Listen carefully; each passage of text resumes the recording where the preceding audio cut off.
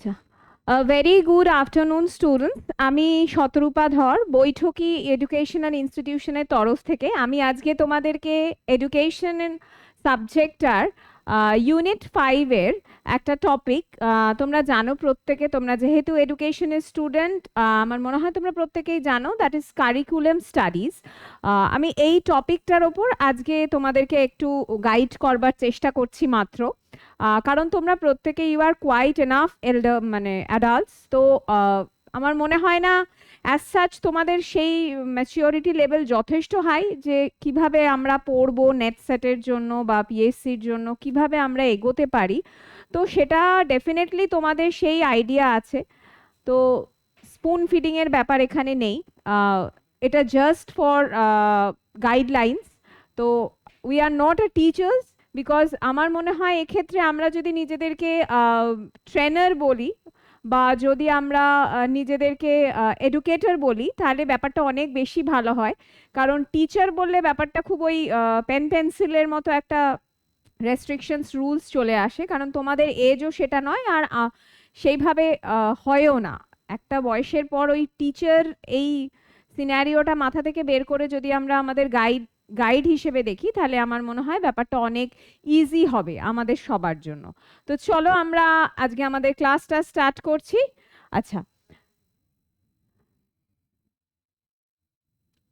তো আমি যেটা বললাম যে আমাদের আজকের টপিক হচ্ছে কারিকুলাম স্টাডিজ। সো কারিকুলাম, আমরা প্রত্যেকে এই শব্দটা সারাক্ষণ শুনছি যারা আমরা এডুকেশন সিস্টেমের সাথে জড়িয়ে আছি।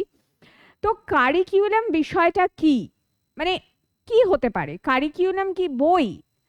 কারিকুলাম কি কোনো টুলস, কোনো ইকুইপমেন্টস? না, কারিকুলাম কোনো টুলস না, কোনো ইকুইপমেন্টস না।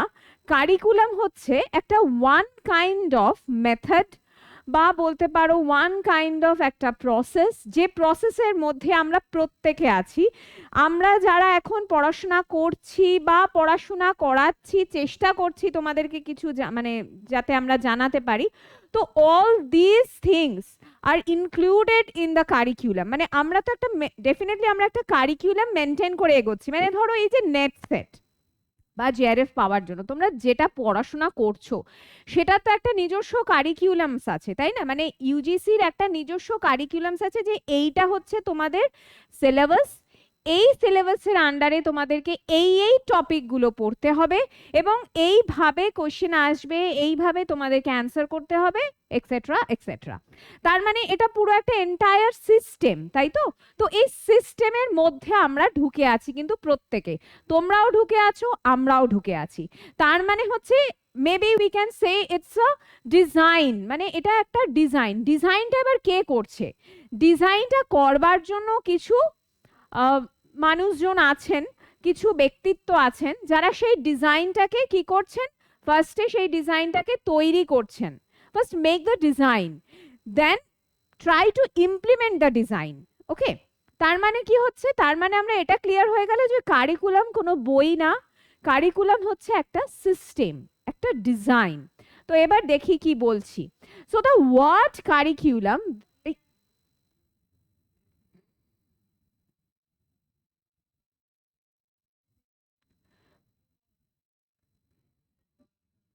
সরি,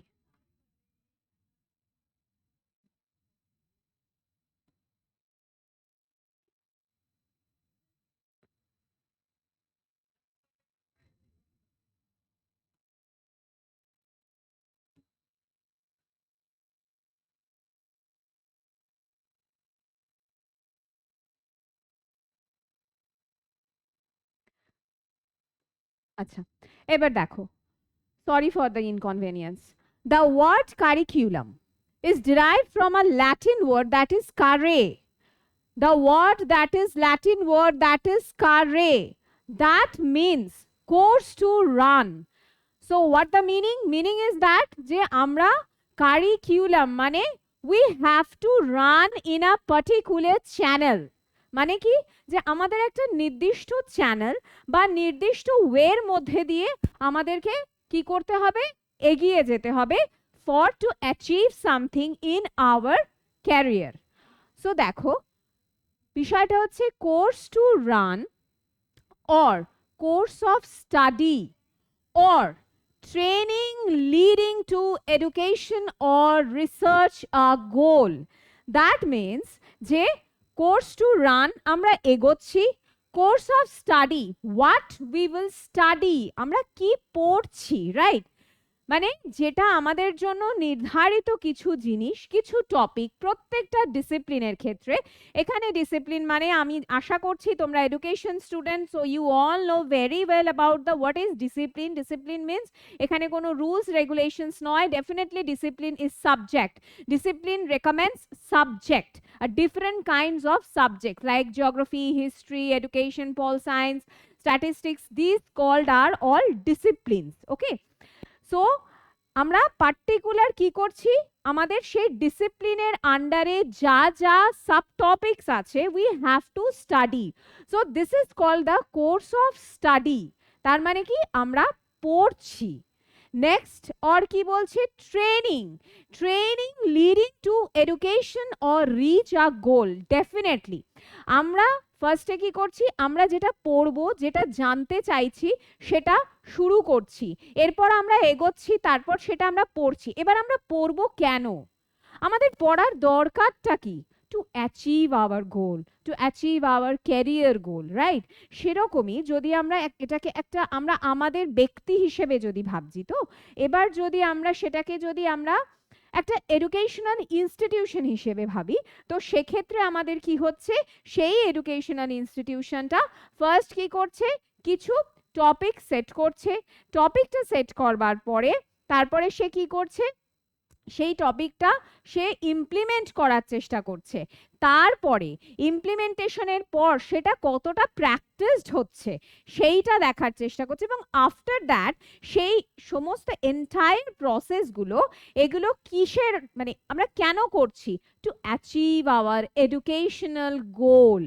ওকে, সো আমার মনে হয় তোমাদের ব্যাপারটা ক্লিয়ার আমি করতে পেরেছি একটু হলেও। আর একটা কি বলছে, বলছে it is the course of subject matter studies. Definitely subject matter তো থাকবে। ধরো কেউ, যেমন তোমরা এখন এডুকেশন পড়ছো, তো এডুকেশনে কি কি আছে, এডুকেশন টপিক, এডুকেশন সাবজেক্টটার মধ্যে কি কি আমরা পড়বো, তো সেগুলো আমাদের জানতে হচ্ছে, তাই না? তো এটা তো আমাদের পড়তেই হবে, আমরা জানি। আচ্ছা, Das curriculum is the medium to realize the goals and objectives of teaching a particular course of study. তার মানে কি হচ্ছে, যে কারিকুলাম হচ্ছে একটা মিডিয়াম, একটা মাধ্যম। কিরকম মাধ্যম, টু রিয়েলাইজ দ্য গোলস মানে আমাদের যে লক্ষ্য বা যে উদ্দেশ্য, সেই উদ্দেশ্যটাকে কি করছে, সেই উদ্দেশ্য বা লক্ষ্যটাকে একটা পার্টিকুলার পথে নিয়ে গিয়ে সেটাকে অ্যাচিভ করাবার জন্য এই কারিকুলাম কি করছে, একটা মাধ্যম হিসেবে কাজ করছে। আমি কি ক্লিয়ার করতে পেরেছি? আমার মনে হয় ক্লিয়ার করতে পেরেছি। আচ্ছা, এরপরে দেখো, curriculum is a tool in the hands of the artist. Artist এখানে আইডেন্টিফাই হচ্ছে as teachers. We are the artist, আমরা টিচার্সরা হচ্ছি আর্টিস্ট। আমার মনে হয় এখানে যারা তোমরা আমার ওপারে বসে আছো, যারা দেখছো ক্লাসটা, তাদের মধ্যেও নিশ্চয়ই প্রত্যেকেই, অনেকেই টিচার্স আছেন। তারা প্রত্যেকেই বুঝতে পারছেন যে তাহলে আমি তাদেরকেও আইডেন্টিফাই করছি যে তারাও artist. Artist to mould, mould মানে হচ্ছে to modify. Okay, to mould his material, এখানে মেটেরিয়াল মানে হচ্ছে পিউপলস এক্ষেত্রে আমাদের স্টুডেন্টরা। ওকে, সো আমাদের স্টুডেন্টরা হচ্ছে আমাদের material. So according to his ideals, মানে এখানে আবার আইডিয়ালস মানে হচ্ছে AIIMS and objectives of our studies. ঠিক আছে, তাহলে বিষয়টা কি দাঁড়াচ্ছে, আচ্ছা এই পুরো এন্টায়ার যে কোটেশনটা, এটা একজন বিখ্যাত এডুকেশনিস্ট কানিংহামের। ঠিক আছে, এটা আমার কথা নয়, এটা কানিংহামের কথা। উনি বলছেন যে curriculum is a tool in the hands of the artist means teachers, to mould his material, that is people's, according to his ideals এক্ষেত্রে aims and objectives of education in its studies এক্ষেত্রে that is school বা যে কোনো educational institution। আচ্ছা,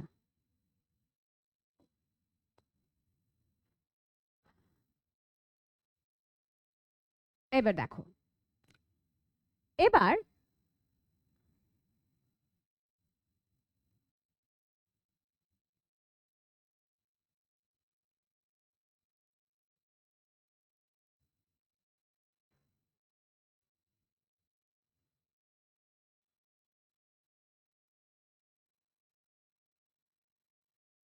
আচ্ছা, এখানে একটা স্লাইডে বোধহয় কিছু একটা প্রবলেম হয়েছে।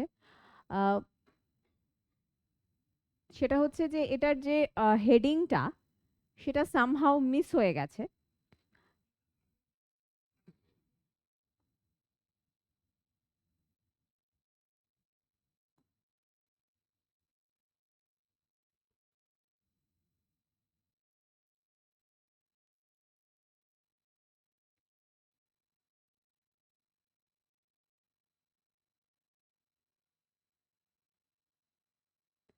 সামহাউ মিস হয়ে গেছে।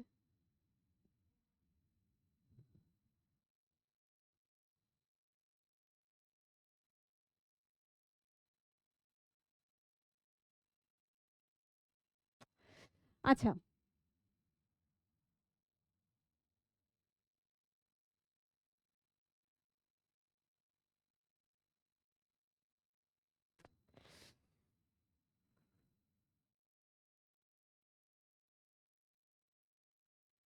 আচ্ছা, এটা হচ্ছে নেক্সট যে স্লাইডটা আমরা দেখছি সেটা হচ্ছে যে চেঞ্জিং কনসেপ্টস অফ কারিকুলাম। আচ্ছা, একটা কথা বলি, সেটা হচ্ছে যে আমরা যখন অনেক আগে যখন একটা সময় যখন অনলাইন সিস্টেম ছিল না, তখনও কিন্তু স্টুডেন্টরা পড়াশোনা করতো, তাই না? আহ, অনেক বেশি পড়াশোনার যে কি বলবো মানে ফ্লোটা যেটা আমরা বলি সেটা অনেক বেশি ডাইনামিক ছিল। কেন বলছি? এখন আমরা অনেক বেশি স্ট্যাগনেটেড হয়ে গেছি। Stagnated due to the existence of internet, তাই তো? ইন্টারনেটের অস্তিত্বের জন্য আমরা কি হচ্ছে, আমরা পুরো স্ট্যাগনেটেড, মানে আমাদের কোথাও যেতে হয় না, আমরা বাড়িতে বসেই সব ইনফরমেশন পেয়ে যাচ্ছি। আমাদের লাইব্রেরি ওয়ার্কটা হয়তো খুব কমই করতে হয়, কারণ আমাদের ই লাইব্রেরি আছে এখন, তাই তো? কিন্তু একটা জিনিস ভেবে দেখো, সেই সময় বা ধরো আমি বলছি আজ থেকে অনেক মানে যখন লোকমুখে যখন পড়াশোনা শেখা হতো, সেই পিরিয়ডটা, সেই সময় কিন্তু তখন যারা পণ্ডিত মশাই ছিলেন বা যারা আচার্য যাকে আমরা বলে থাকি, যারা আচার্য ছিলেন মানে গুরু বা আচার্য বা পণ্ডিত মশাই যেটাই বলে থাকি না কেন, তারাও কিন্তু প্রত্যেকটা বিষয়ের ওপর ধরো যখন তারা বেদ শাস্ত্র পড়াচ্ছেন, যখন তারা তর্কশাস্ত্র পড়াচ্ছেন, যখন তারা নীতিশাস্ত্র পড়াচ্ছেন, বিজ্ঞান শাস্ত্র পড়াচ্ছেন বা যে কোনো শাস্ত্র তারা যখন পড়াচ্ছেন, তখন তার কিন্তু একটা পার্টিকুলার ফরমেশন বা একটা পার্টিকুলার তার একটা কাঠামো ছিল, তাই না? সেই কাঠামোটা কিন্তু তারা ডিজাইন করতেন। তারা ডিজাইন করতেন তাদের যে ছাত্র, তাদের যে মানে ডিসাইপলস, তাদের জন্য তারা সেটা ডিজাইন করতেন। এবং ডিজাইন করে যেটা দেখতেন সেটা হচ্ছে যে সেই ডিজাইন করা তাদের সেই প্রত্যেকটা জিনিস, প্রত্যেকটা টপিক কতটা রেলিভেন্ট, বা তাদের স্টুডেন্টরা কতটা সেটাকে অ্যাডপ্ট করতে পারছে। শুধু তো অ্যাডপ্ট তৈরি করলেই হলো না কারিকুলাম, এবার সেটাকেই কিন্তু আমরা বর্তমানে কারিকুলাম বলে থাকছি, তাই তো? এবার বর্তমানে কারিকুলাম কনসেপ্টটার কিছু চেঞ্জেস হচ্ছে। তো চেঞ্জিং কনসেপ্ট অফ কারিকুলাম তোমরা লাস্টে দেখতে পাচ্ছ, এই স্লাইডটা এর পরে এটার টপিকগুলো এখানে আছে।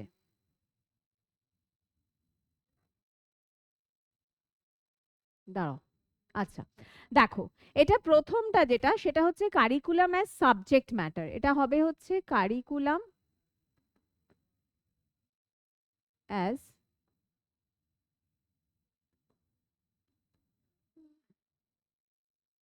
সাবজেক্ট ম্যাটার্স, সাবজেক্ট ম্যাটার্স, ঠিক আছে? আচ্ছা, দেখো, এটা মেনলি কিসের ওপর এমফাসাইজ করছে? Emphasises teaching of contents such as concepts, facts, theories through the text books. তার মানে, তার মানে বিষয়টা হচ্ছে অনেকটা এরকম যে এমফাসাইজ করছে কিসের ওপর? কন্টেন্টের ওপর। কন্টেন্ট বলতে যেটা তোমার সাবজেক্ট, সেই সাবজেক্টের যা যা তোমার কন্টেন্ট, সেই প্রত্যেকটা কন্টেন্টের ওপর সে কি করছে, এমফাসাইজ করছে। এমফাসাইজ করছে কি, যে সেই পার্টিকুলার কন্টেন্টটার কনসেপ্ট কি হবে, সেই পার্টিকুলার কন্টেন্টটার কনসেপ্টের সাথে তার ফ্যাক্টটা কি, কি ধরনের ফ্যাক্ট, কি বিষয়বস্তু আছে, আর তার সাথে হচ্ছে কি থিওরিজ, কি কি ধরনের তথ্য আমাদেরকে পড়তে হবে সেই কন্টেন্ট রিলেটেড। তো কিসের মাধ্যমে পড়বো, এবার আমরা পড়বো কিসের মাধ্যমে? ধরো আমি তোমাদেরকে পড়াচ্ছি কারিকুলাম স্টাডিজ, তোমরা পড়ছো, কিন্তু তোমাদের কাছে তো একটা কিছু সফট কপি কিংবা একটা হার্ড কপি কিছু তো একটা লাগবে, তাই না? না হলে তোমরা পড়বে কি করে? তাহলে সেই বিষয়টা কি হচ্ছে, থ্রু দ্য টেক্সট বুক। ঠিক আছে, এইবার the emphasised placed on the disciplined studies. এই যে ডিসিপ্লিনড কথাটা ভালো করে দেখো, এই ডিসিপ্লিন কথাটা এডুকেশন সাবজেক্টে বারবার আসবে। ঠিক আছে, the discipline study such as a language, math, science, history, geography, physical education, etc. তার মানে এই প্রত্যেকটা আলাদা আলাদা যে সাবজেক্ট, সেই আলাদা আলাদা সাবজেক্টের যে সাবজেক্ট ম্যাটার্স, সেই সাবজেক্ট ম্যাটার্সগুলো, সেই সাবজেক্ট ম্যাটারের যা কনসেপ্ট, তার যা ফ্যাক্টস, তার যা থিওরিজ বা থিওরেমস, সেই সব কিছুকে একসাথে কি করতে হবে, জট ডাউন করতে হবে। সেটা কার মাধ্যমে করা যাবে? Through the text book. Okay, so it can be represented as follow. Here the teacher is mainly concerned with the problem of the student's interaction with the content. তার মানে কি, এবার টিচারকে কি করতে হবে, টিচারের কনসার্ন থাকবে কিসের ওপর, যে স্টুডেন্টের সাথে সে তার সাবজেক্ট, সে তার subject matter, because the teacher is quite expertised regarding his or her subject, তাই তো? তো এবার সে তার সাবজেক্ট যেহেতু এক্সপার্টাইজ, সেই জন্য সে কি করবে, অলওয়েজ চেষ্টা করবে try to interact with his or her students. কারণ তাদের কি প্রবলেম, তার সাবজেক্ট রিলেটেড তাদের কি বুঝতে অসুবিধা হচ্ছে, সেইটা বোঝার চেষ্টা করবে হচ্ছে teacher.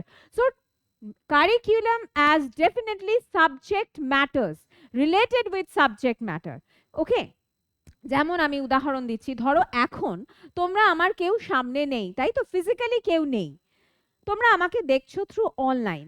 So there is a big problem is that, যে আমি অ্যাজ এ টিচার আমি কিন্তু তোমাদের প্রবলেমসগুলো চট করে দেন and then face to face resolve করতে পারছি না।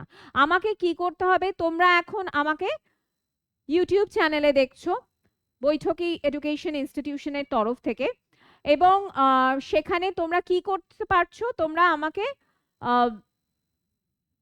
চ্যাট বক্সে গিয়ে তোমরা আমাকে চ্যাট করতে পারো, তোমরা কমেন্ট বক্সে গিয়ে কমেন্ট করতে পারো। কিন্তু দ্য থিং ইজ দ্যাট, যে আমি হয়তো সেই এই মুহূর্তে তোমাদের সেই কমেন্ট বা তোমাদের সেই চ্যাটিংটা, যে ম্যাডাম আমার এই জায়গাটা প্রবলেম হচ্ছে, আমার এই পার্টিকুলার এই টার্মটা বুঝতে অসুবিধা হচ্ছে, পার্টিকুলার এক্সকিউজ মি, এই টার্মটা যদি আপনি আরেকবার বলেন সেটা বুঝতে অসুবিধা হচ্ছে, তো এক্সেট্রা এক্সেট্রা, এটা কিন্তু আমি চট করে তোমাদের রিজলভ করতে পারবো না। আমি কি করব, ইউটিউব চ্যানেল খুলতে হবে আমাকে, আমার ইনস্টিটিউশনে বলতে হবে, তারপরে কমেন্ট বক্স, তারপর চ্যাট বক্স দেখে তারপরে তোমাদের প্রবলেমগুলোকে রিজলভ করবার আমি চেষ্টা করব, তাই তো? তো it's a long term processing. So online is good, but আমার মনে হয়, পার্সোনালি মনে হয়, যে আমি যদি ফেস টু ফেস আমার স্টুডেন্টকে পাই, বা ধরো তোমরা যদি এখন লাইভ ক্লাসে ধরো তোমরা যদি থাকতে পারতে, বা ধরো যাই হোক কোনোভাবে যদি মানে ফিজিক্যালি না হলেও যদি তোমরা ওপাশে থাকতে বা যাই হোক, তাহলে হয়তো তোমাদের সমস্যাগুলো আমাদের কাছে খুব তাড়াতাড়ি আসতো, আমরা অনলাইনেই থ্রু অনলাইনেই কথা বলতে পারতাম, ইন্টারাক্ট করতে পারতাম, দিয়ে আমাদের প্রবলেমগুলো সলভ করতে পারতাম, তাই তো? তো ঠিক আছে, ইটস ওকে, ফাইন, আমরা ডেফিনেটলি তোমাদের সাথে আছি, তোমাদের গাইড করবার চেষ্টা করব। তোমাদের যদি কোনো প্রবলেম হয়, ডেফিনেটলি আমাদের যে ইউটিউব চ্যানেল যেটাতে তোমরা এখন আমাকে দেখছো, সেখান থেকে তোমরা সেখানে গিয়ে তোমরা ডেফিনেটলি কমেন্ট বক্সে কমেন্ট করতে পারো, চ্যাটে বক্সে চ্যাট করতে পারো, আর সাবস্ক্রাইব করে দিও, এটাই হলো বিষয়। তো সেটা করতেই পারো, অসুবিধা নেই, আমি দেখলে আমি ডেফিনেটলি সেটার অ্যান্সার দেবো। সো আমার মনে হয় তোমরা এটা বুঝেছো যে interaction is very much important for a student and also a teacher. Next point, that is curriculum as students learning experience. That means curriculum also refers to the learning experience of the students inside and outside the classroom. That means হচ্ছে যে স্টুডেন্টের experience কিন্তু শুধু ইনসাইডে হয় না ক্লাসরুমে, definitely তার experience, তার লার্নিং এক্সপিরিয়েন্স তার outside the classroom. For example, that is the germination of seeds. জানি না তোমাদের মনে আছে কিনা, আমরা যখন ছোট ছিলাম, একটু মনে করে দেখো, জার্মিনেশন অফ সিডস আমরা যখন ছোট ছিলাম, আমাদের প্রত্যেকের স্কুলে যখন আমরা সবে সবে লাইফ সায়েন্সে পড়ছি জার্মিনেশন সম্পর্কে, অঙ্কুরোদ্গম যেটাকে আমরা বাংলায় বলে থাকি। তো আমাদের দিদিমণিরা, আমাদের স্কুলের টিচার্সরা বলতেন না যে ছোলা ভিজিয়ে রাখবে একটা বাটিতে, সেই ছোলাটা কদিন বাদে কি হবে, তার অঙ্কুর হবে, তারপরে সেটাকে তোমরা একটা টবে পুঁতবে, তারপরে দেখবে একটা ছোলার গাছ হবে, তারপরে সেই ছোলার গাছটা তোমরা অ্যাজ এ প্রজেক্ট সাবমিট করবে। নিশ্চয়ই তোমরাও করেছো, আমরা সবাই করেছি এটা।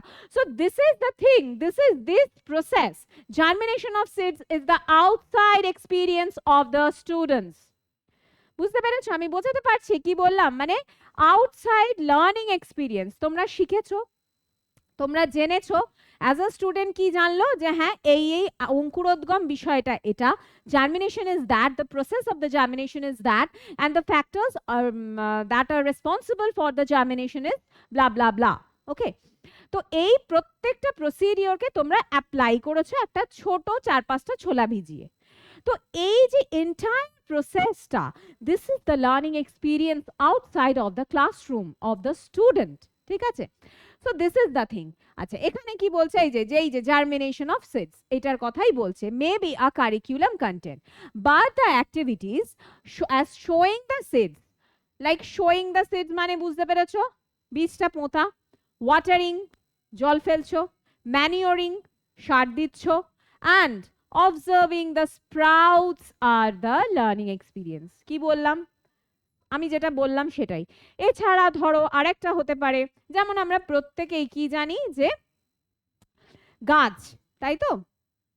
এটাও একটা ভালো বিষয় যে আমরা কি করতে পারি, গাছ লাগাতে পারি।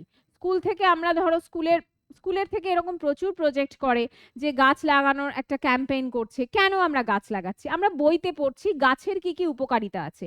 এবার সেটাকেই আমরা যখন লার্নিং এক্সপিরিয়েন্স করতে যাচ্ছি আউটসাইড দ্য ক্লাসরুম, তার মানে কি প্ল্যান্টেশন, তাই তো? So plantation is the another process.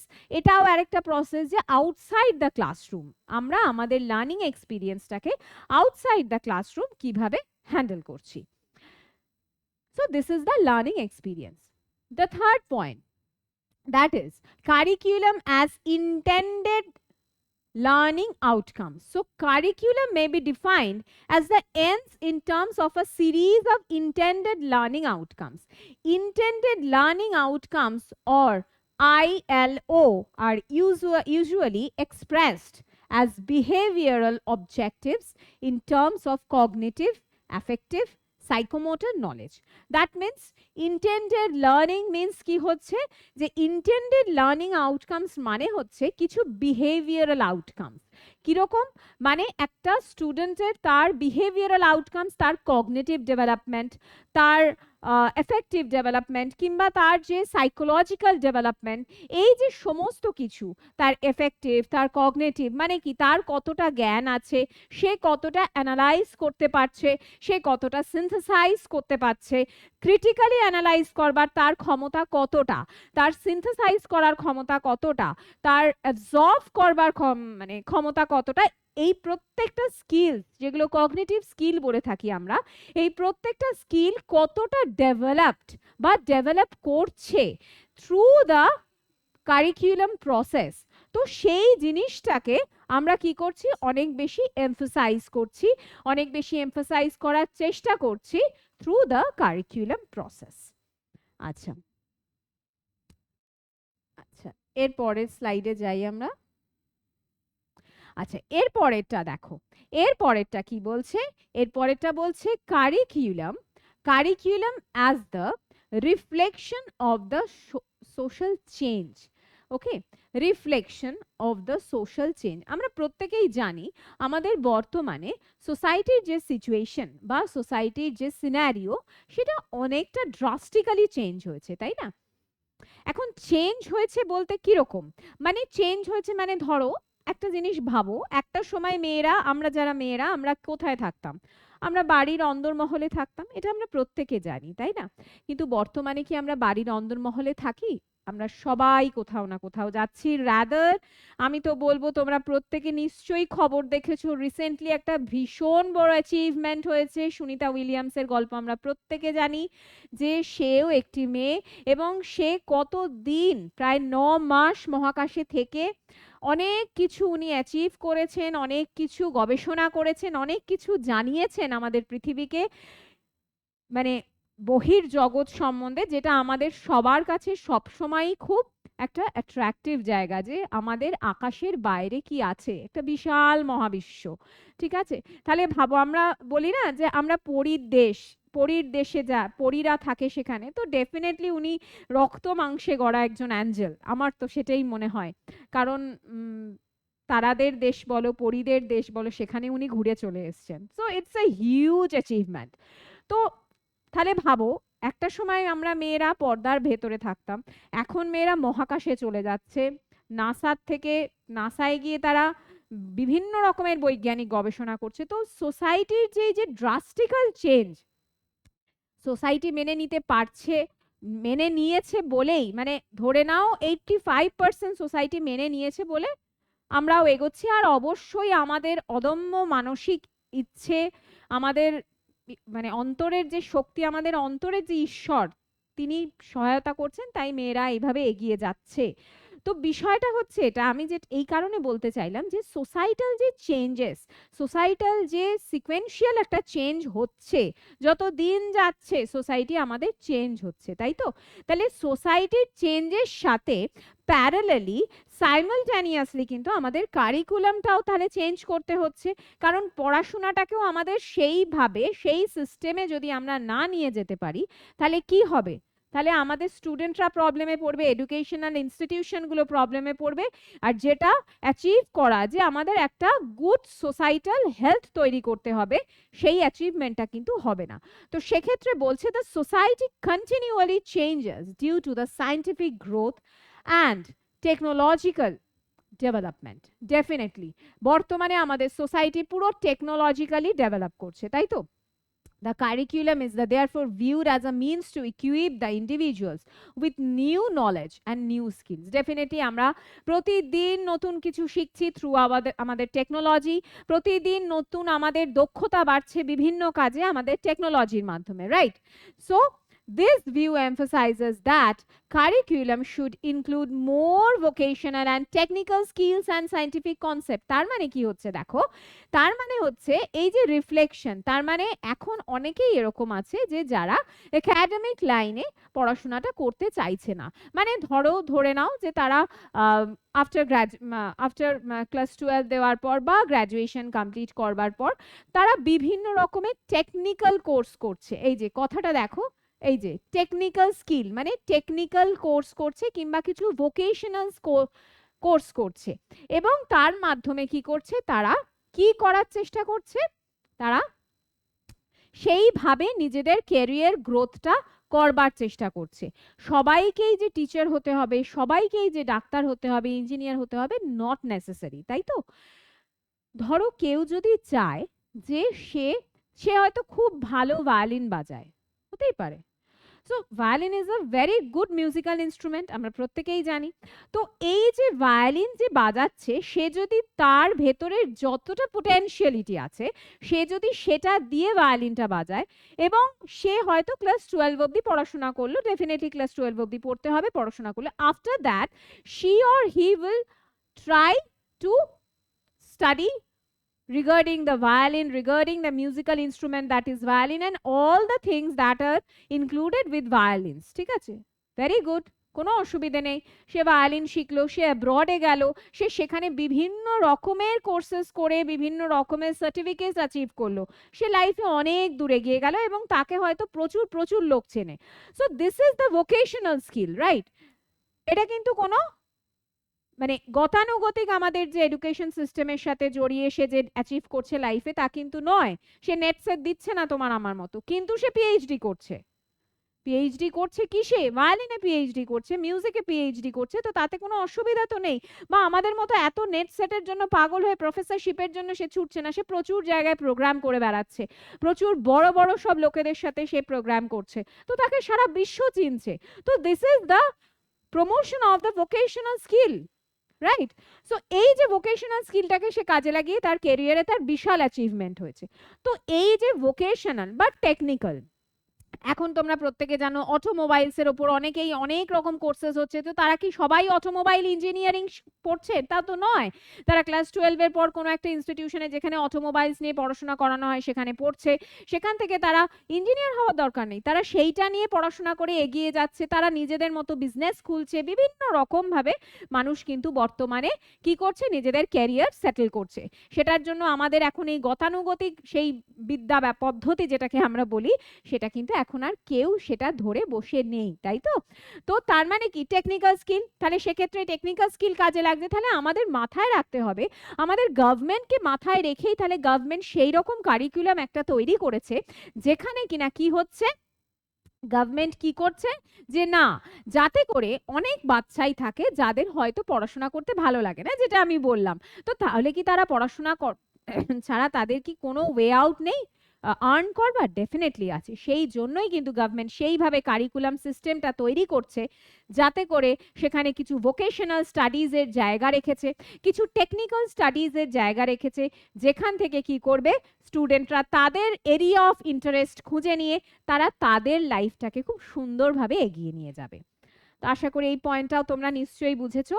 আমি আবারও বলছি, যদি কোনো প্রবলেম হয় তো আমাদের যে বৈঠকি ইনস্টিটিউশন আছে, যে আমাদের ইনস্টিটিউশনের তরফ থেকে যে ইউটিউব চ্যানেলে তোমরা আমাকে এখন লাইভ দেখতে পাচ্ছ, সেখানে তোমরা প্লিজ কমেন্ট করো, কমেন্ট বক্সে চ্যাট বক্সে চ্যাট করতে পারো আমার সাথে কথা বলার জন্য, যদি regarding the topic, regarding the studies, তো ডেফিনেটলি আমি তোমাদের চেষ্টা করব হেল্প করবার। ওকে, আচ্ছা, এর পরের টপিকটা দেখো। এর পরের যে পয়েন্টটা, that is curriculum as total life experience. বলছে curriculum is considered to be the total life experiences of the student. It views the curriculum in totality. Okay, it emphasizes the formal, non-formal, informal ways of acquiring knowledge and experience throughout one's lifetime. So এটার মানে হচ্ছে যে বিষয়টা কি হচ্ছে, বিষয়টা হচ্ছে যে বিভিন্ন রকমের formal, informal and formal, informal and non formal. তো ফর্মাল তো আমরা প্রত্যেকেই জানি আমাদের যে সিস্টেমটা, আচ্ছা মানে আমাদের যে এডুকেশন সিস্টেমটা। নন ফর্মাল মানে যেটা কিনা কি বলবো, এডুকেশন সিস্টেম থেকে একটু বেরিয়ে, ঠিক আছে, অথচ সেখানে মানুষ কি করতে পারে, সেই প্রসেসগুলোর মাধ্যমে কিন্তু, এই যেমন ভোকেশনাল, টেকনিক্যাল, এইগুলোর মাধ্যমে, এগুলোকে আমরা নন ফর্মাল বলতে পারি। তো এইগুলোর মাধ্যমেও কিন্তু মানুষ কি করতে পারে, ক্যারিয়ার অ্যাচিভমেন্ট করতে পারে। And third is that is informal, যেমন এই বিভিন্ন রকমের ডিস্টেন্স এডুকেশনের মাধ্যমে, বিভিন্ন ছোট ছোট কোর্সেস মাধ্যমে, সেই কোর্সেসগুলো হয় না 6 মাসের 7 মাসের কিছু কোর্স, সেই সব কোর্সেসের মাধ্যমেও কিন্তু মানুষ কি করতে পারে, স্টুডেন্টরা তাদের ক্যারিয়ার অ্যাচিভ করতে পারে। তো আমার মনে হয় তোমাদের এই তোমাদেরকে আমি এই যে টপিক, এই যে পয়েন্টস গুলো আশা করছি বোঝাতে পেরেছি। অসুবিধা আশা করি হওয়ার কথা নয়, কারণ তোমরা প্রত্যেকেই এডুকেশনের স্টুডেন্ট। আচ্ছা, এর পরের যেটা টপিক সেটা হচ্ছে প্রিন্সিপালস অফ কারিকুলাম। এটা কিন্তু খুব গুরুত্বপূর্ণ। তোমাদের একটা কথা বলে দিই, সেটা হচ্ছে যে আমি আজকে যেগুলো পড়াচ্ছি সেগুলোর থেকে অ্যাজ সাচ যে ডাইরেক্ট প্রশ্ন আসবে, নট লাইক দ্যাট, ঠিক আছে? Excuse me. যেটা বিষয়, যেটা সবসময় মাথায় রাখবে, সেটা হলো এই ধরনের কনসেপচুয়াল যে টপিকগুলো, এগুলো কনসেপচুয়াল টপিক, রাইট? তো এই ধরনের কনসেপচুয়াল টপিক থেকে কিন্তু ডেফিনেটলি অ্যানালিটিক্যাল প্রশ্ন আসবে। বারবার বলছি, এই ধরনের কনসেপচুয়াল টপিক থেকে কিন্তু অ্যানালিটিক্যাল প্রশ্ন আসবে। বুঝতে পেরেছো? এরকম কখনোই আসবে না যে প্রিন্সিপালস অফ কারিকুলাম দিয়ে দিল, please tick the right principles of curriculum, কখনোই না। এগুলো বাচ্চাদের প্রশ্ন, এগুলো আসে না। তার মানে কি, তোমাকে টপিকটা, তোমাকে পার্টিকুলার যে বিষয়টা, সেটাকে কনসেপ্টটাকে ক্লিয়ার রাখতে হবে। ওকে, কনসেপ্টের ওপর নির্ভর করে কিন্তু ক্রিটিক্যাল অ্যানালিটিক্যাল প্রশ্ন আসবে। ক্লিয়ার? আচ্ছা, তাহলে আমরা পরেরটায় যাই। That is principles of curriculum. So principal মানে আমার কারিকুলামটাকে সেট করার। আমার ইচ্ছে হলো আমি একটা কারিকুলাম করে দিলাম, তা তো হতে পারে না। আমার মনে হলো আমি এডুকেশনের মধ্যে থেকে কয়েকটা ইউনিট বাদ দিয়ে দিলাম, নট লাইক দ্যাট। মানে আমার আমার সেটা করার কোনো অধিকারই নেই, মানে আমি করতে পারি না। তার মানে যখন গভর্নমেন্ট কি করছে, কারিকুলামটা সেট করছে, যারা গভর্নমেন্টের এই কাজে আছেন আন্ডারে, তাদের কি করতে হবে, তাদেরকে এটা সব সময় মাথায় রাখতে হবে যে আমার স্টুডেন্ট কতটা বেনিফিশিয়াল। নট অনলি স্টুডেন্টস, আমার টিচার্সরা কোনো রকম অবস্ট্যাকলস যেন এই ক্ষেত্রে ফেস করতে না হয়। টিচারদের এই কারিকুলাম সেট করলে আমার এডুকেশনাল ইনস্টিটিউশনগুলো যেন ঠিকভাবে রান করতে পারে, ঠিকভাবে অ্যাচিভ করতে পারে। What are the goals of the educational institution? That is two achieve the goal of education, তাই তো? তাহলে সেইগুলো যেন আমার মেনটেইনড থাকে, তবে গিয়ে আমি আমার কারিকুলামটাকে সেট করতে পারবো। তো সেই প্রিন্সিপালস গুলো কি কি? First thing, that is child centred. Definitely যে আমি যে কারিকুলামটা সেট করব, সেটা যদি এখন টিচার সেন্টার্ড হয় বা এডুকেশনাল সিস্টেম সেন্টার্ড হয়, সেটা তো হতে পারে না। ডেফিনেটলি চাইল্ড সেন্টার্ড হতে হবে, কারণ স্টুডেন্টদের ভালো মন্দ ভেবে। এবং একটা কথা তো তোমরাও এডুকেশনের স্টুডেন্ট হয়ে প্রত্যেকে জানো যে একটা ক্লাসে যদি 40টা স্টুডেন্ট থাকে, সেই 40টা স্টুডেন্ট কিন্তু 40 রকমের হয়। এটা আমরা প্রত্যেকে অ্যাজ এ টিচার জানি। তোমরা, আপনারা যারা এখানে টিচার্স আছেন, তুমি করেই বলছি, তোমরা যারা এখানে টিচার্স আছো, তারা প্রত্যেকে জানো কিন্তু একটা ক্লাসে 40টা স্টুডেন্ট থাকা মানে 40 জন মানুষের সাথে as a educator, as an educator, as a guide তোমাকে ডিল করতে হবে সেই 40টা মিনিট কিংবা সেই 1 ঘন্টা, যতক্ষণ তোমার ক্লাস অ্যালটমেন্ট টাইম, তাই তো? তাহলে এখন 40 রকমের কারিকুলাম তো গভর্নমেন্টের পক্ষে সম্ভব না সেট করা, এটা কখনো কোনো গভর্নমেন্টের পক্ষেই সম্ভব না। তাহলে গভর্নমেন্ট কি করছে? তাহলে সেই 40 রকম বাচ্চার 40 রকম needs and requirements, the term is needs and requirements of the students. Okay, যে নিডস এবং রিকোয়ারমেন্টস অনুযায়ী কি করতে হবে? স্টুডেন্টদের নিডস এবং রিকোয়ারমেন্টস অনুযায়ী এদেরকে কারিকুলাম সেট করতে হবে। Okay, so that is called the child centred curriculum. Okay, next point, that is flexible. Obviously curriculum should be flexible. কেন ফ্লেক্সিবল? কারণ কারিকুলাম যদি অনেক বেশি কমপ্লেক্সিটি থাকে, কমপ্লেক্সিটি যদি থাকে, complexity is not allow in curriculum studies. কারণ কারিকুলামে যদি কমপ্লেক্সিটি থাকে, তাহলে কি হবে? স্টুডেন্ট টিচার সবার বুঝতে অসুবিধা হবে, এডুকেশনাল সিস্টেমের বিশাল প্রবলেম হবে, তাই তো? তো সেটা একদমই বাঞ্ছনীয় নয়। ওকে, নেক্সট হচ্ছে রেলিভেন্ট। ডেফিনেটলি বর্তমান কন্টেম্পোরারি সিস্টেমের সাথে বা কন্টেম্পোরারি সিচুয়েশনের সাথে ডেফিনেটলি মেনটেন ওয়েতে, কন্টেম্পোরারি সিচুয়েশনের সাথে প্যারালালি একটা ব্যালেন্স মেনটেন করে কি করতে হবে? কারিকুলামটাকে সেট করতে হবে। Okay, next is open to interdisciplinary. এটা একটা ভীষণ গুরুত্বপূর্ণ বিষয়। সেটা হচ্ছে যে ওপেন টু ইন্টারডিসিপ্লিনারি মানে হচ্ছে ইন্টারডিসিপ্লিন। ধরো আমার সাবজেক্ট জিওগ্রাফি। ওকে, তো আমার মনে হয় তোমরা প্রত্যেকেই জানো ইন্টারডিসিপ্লিনারি মানে কি। What is the meaning of this term interdisciplinary? Let me explain. আচ্ছা, জিওগ্রাফি, এবার জিওগ্রাফির সাথে ইকোনমিক্সের একটা সম্পর্ক আছে, আমরা প্রত্যেকে জানি। জিওগ্রাফির সাথে হিস্ট্রির একটা সম্পর্ক আছে, we all know that very well. আচ্ছা, এরপরে যেটা, সেটা হচ্ছে স্ট্যাটিস্টিক্সের একটা সম্পর্ক আছে। আচ্ছা, পলিটিক্সের একটা সম্পর্ক আছে, মানে পলিটিক্যাল সায়েন্স যেটাকে আমরা বলি। আচ্ছা, আর কি কি বলো? অ্যানথ্রোপোলজির একটা সম্পর্ক আছে, ডেফিনেটলি অ্যানথ্রোপোলজি। আচ্ছা, আর কি? আর্কিওলজি। সো দেখো, এই যে প্রত্যেকটা, এছাড়া ফিজিক্স, এগুলো ভুললাম কি করে? ফিজিক্স, কেমিস্ট্রি, তো এগুলো তো আছে, অবভিয়াসলি ম্যাথ। তো দেখো, দ্যাট মিনস একটা সাবজেক্ট, যে সাবজেক্টটার সাথে অন্য সাবজেক্টের একটা ইন্টার কানেকশন আছে। ওকে, ঠিক আছে? আমি কিন্তু এখানে বেঙ্গলি ইংলিশ লিখিনি, কিংবা হিব্রু কিংবা সংস্কৃত লিখিনি। ওকে, তার মানে বুঝতে পারছো নিশ্চয়ই ইন্টারডিসিপ্লিনারি ব্যাপারটা কি। তার মানে we can say that geography is a mother subject. Okay, আচ্ছা, তার মানে কি হচ্ছে, আবার এটার সাথে কিন্তু আমি সাইকোলজি বা এডুকেশন লিখিনি, কিন্তু এই পার্টিকুলার কতগুলো সাবজেক্ট লিখেছি। তার মানে এগুলোর সাথে geography entirely linked. So this is term and that is the interdisciplinary term. This particular process referred the interdisciplinary term.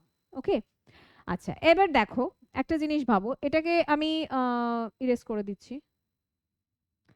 আচ্ছা, এবার যদি আমরা ভাবি সংস্কৃত, তাহলে এবার সংস্কৃতকে নিয়ে ভাবি, ল্যাঙ্গুয়েজ, লিটারেচার। ওকে, সো সংস্কৃতের সাথে কার কানেকশন আছে? বেঙ্গলির। English, obviously. আচ্ছা, আর কি? বেঙ্গলি ইংলিশ তো আছেই। সংস্কৃত থেকে আর কি কি এসছে? Greek maybe. তো আমি যেটুকুনি জানি সেটুকুনি বলছি, আমি তো ল্যাঙ্গুয়েজের লোক নই, মোটামুটি আমার যেটুকুনি ছোট বিদ্যায় যেটুকুনি বলে যে সংস্কৃত হচ্ছে একটা এমন ল্যাঙ্গুয়েজ, যে ল্যাঙ্গুয়েজ থেকে অনেক ধরনের ল্যাঙ্গুয়েজ এসছে। এবার সেটা আমার পক্ষে এত কি কি ল্যাঙ্গুয়েজ এসছে, সত্যি কথা বলতে টু বি ভেরি সরি, আমার পক্ষে বলা সম্ভব না, কিন্তু আমি যেটুকুনি জানি গ্রিক, ইংলিশ, বেঙ্গলি এগুলো তো এসছে। তো এই যে ধরো ইংলিশ, বেঙ্গলি, গ্রিকটাও ছেড়ে দিলাম, এছাড়া আরো অনেক ল্যাঙ্গুয়েজেস আছে, তো এই ল্যাঙ্গুয়েজের সাথে সংস্কৃত জড়িয়ে আছে। তার মানে সংস্কৃতের সাথে এই ল্যাঙ্গুয়েজগুলোর একটা ইন্টার কানেকশন আছে, কিন্তু সংস্কৃতের সাথে ম্যাথের কোনো ইন্টার কানেকশন নেই। সো এই বিষয়টাকেই আমরা তাহলে কি বলছি? Interdisciplinary process. ক্লিয়ার?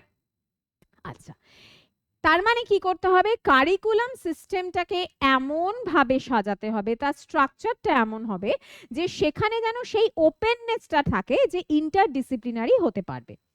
এরপরে হচ্ছে প্রগ্রেসিভ। ডেফিনেটলি কারিকুলাম স্টাডিজ কিন্তু প্রগ্রেসিভ হতেই হবে, কারণ সে যদি পিছিয়ে পড়া হয়, কারিকুলামটা যদি একদম সেই পুরনো মানধাতা আমলের একটা মানে একটা স্ট্রাকচার হয়, তাহলে তো সেটা এগোবে না, সেটা যে কোনো এডুকেশনাল সিস্টেমের জন্য অনেক বড় ড্রব্যাক হয়ে যাবে, তাই না? তো প্রগ্রেসিভ তো হতেই হবে। আর national and international understanding, obviously curriculum স্ট্রাকচারটা বা প্যাটার্নটা এমন হতে হবে সেটা যেন ন্যাশনাল এবং ইন্টারন্যাশনালি সেটা যেন সবার বোধগম্য হয়। এমন একটা কারিকুলাম সেট করলো গভর্নমেন্ট যে সেটা না ন্যাশনালি কেউ বুঝতে পারছে, মানে সেটার যে কি মাথা কি পা আন্তর্জাতিক স্তরেও সেটা করলে তো হবে না। আমার কারিকুলাম সেটিংসটা এমন ভাবে হবে যেন সেটা সবার বোধগম্য হয়, অবভিয়াসলি। ফার্দার লাইফ নলেজ, এবং এটাও তো একটা ভীষণ ইম্পর্টেন্ট পয়েন্ট, যে ভবিষ্যতে যাতে করে আমাদের ফিউচারে আমাদের যে এক্সপিরিয়েন্সটা আমরা পাচ্ছি এই এডুকেশনটার মাধ্যমে, সেটা যেন আমরা আমাদের লাইফ এক্সপিরিয়েন্স বা রিয়েল লাইফ এক্সপিরিয়েন্সটাকে আমরা কি করতে পারি? আমাদের ইমপ্লিমেন্ট করতে পারি, আমাদের লাইফ নলেজটাকে আমরা আরো বেশি ইমপ্লিমেন্ট করে কি করতে পারি? নিজেদেরকে আরো বেশি নারিশ করতে পারি। সেইটার ক্ষেত্রেও কিন্তু কারিকুলাম স্টাডিজকে সেটা মেনটেন করে এগিয়ে যেতে হবে। তো এইগুলো হচ্ছে আমার প্রিন্সিপালস। আরো কিছু প্রিন্সিপালস আছে, সেগুলো যখন আমি নোটস প্রোভাইড করব তো আই উইল প্রোভাইড দ্যাট। ওকে, আচ্ছা, এরপরে তো এটা তো হলো কারিকুলাম।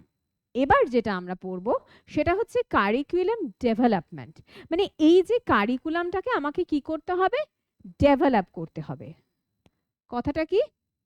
কারিকুলামটাকে আমি কিভাবে তৈরি করব? স্ট্রাকচার্ড ওয়েতে। কি বললাম কথাটা? In a structured way.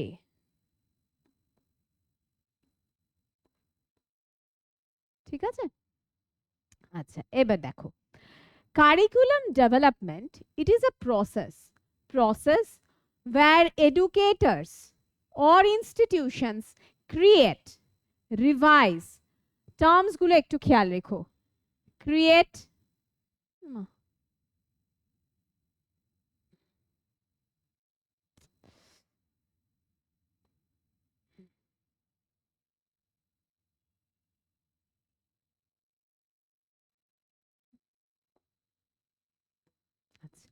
Create, revise, refine educational programs. ঠিক আছে, তাহলে এমন ভাবে কারিকুলামটাকে ডেভেলপমেন্ট প্রসেসটা কি বলছে, যে এটা হচ্ছে সেই প্রসেস যেখানে এডুকেটরস কিংবা ইনস্টিটিউশন কি করছে, একটা নতুন কিছু ক্রিয়েট করছে, তারপর সেটাকে রিভাইজ করছে, মানে যে প্রোগ্রামটা, যে এডুকেশনাল প্রোগ্রামটাকে ক্রিয়েট করছে সেটাকে আরেকবার রিচেক করা, আবার রিফাইন করা, মানে সেটাকে রিফাইন মানে বুঝতে পেরেছো, মানে আবার পরিশ্রুত করা। এই পুরো বিষয়টাকে আমরা কি বলছি, curriculum development. It involve the planning and organizing the learning experiences including the selection of content. কি কি বললাম, সে কি করছে কারিকুলাম ডেভেলপমেন্ট, দেখো ফার্স্ট কি করছে, প্ল্যানিং অ্যান্ড অর্গানাইজিং, এটাকে নাম্বার 1 হিসেবে ধরতে পারো, যে planning and organizing the learning experiences, তার যে লার্নিং এক্সপিরিয়েন্স স্টুডেন্টদের সেইটাকে প্ল্যান করা, সেটাকে অর্গানাইজড করা। Next is second point, that is including the selection of content. Definitely content কি হবে, কি কি কন্টেন্ট থাকবে একটা সাবজেক্টে, সেটা should be included and should be identified in a proper way. The third point is instructional method. Obviously যে জিনিসটা বা যে কন্টেন্টটা, সেটা কত, মানে সেটাকে ইনস্ট্রাকশন দেওয়া, যে ইনস্ট্রাকশনাল কিছু মেথডস, কিছু স্ট্র্যাটেজি, সেগুলো যেন খুব ওয়েল মেনটেইনড হয়। আচ্ছা, fourth is assessment. Assessment strategies, obviously একটা কারিকুলাম সেট হলো, সেই কারিকুলামটা তারপরে কি হলো, সেটা রিভাইজ হলো, রিফাইন হলো, তারপর সেটা ইমপ্লিমেন্ট হলো, অর্গানাইজড ওয়েতে ইমপ্লিমেন্ট হলো, ইমপ্লিমেন্ট হওয়ার পরে তার যে রেজাল্ট, সেটা কি করতে হবে, should be evaluated or should be assessed. তার মানে assessment strategies must be there. The goal is to provide high quality lessons. দেখো ভালো,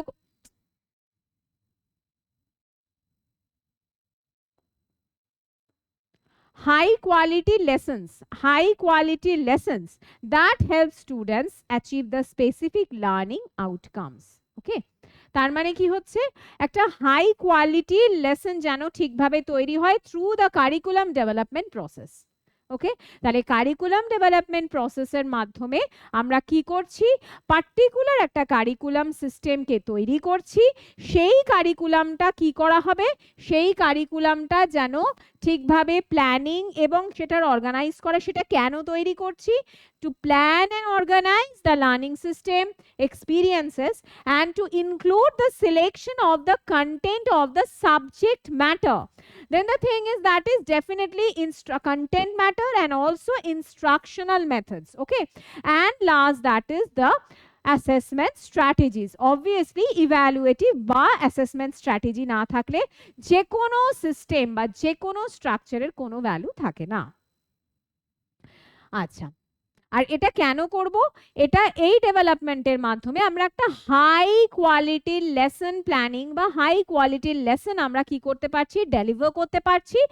কিসের জন্য ডেলিভার করছি, to achieve the goals of students.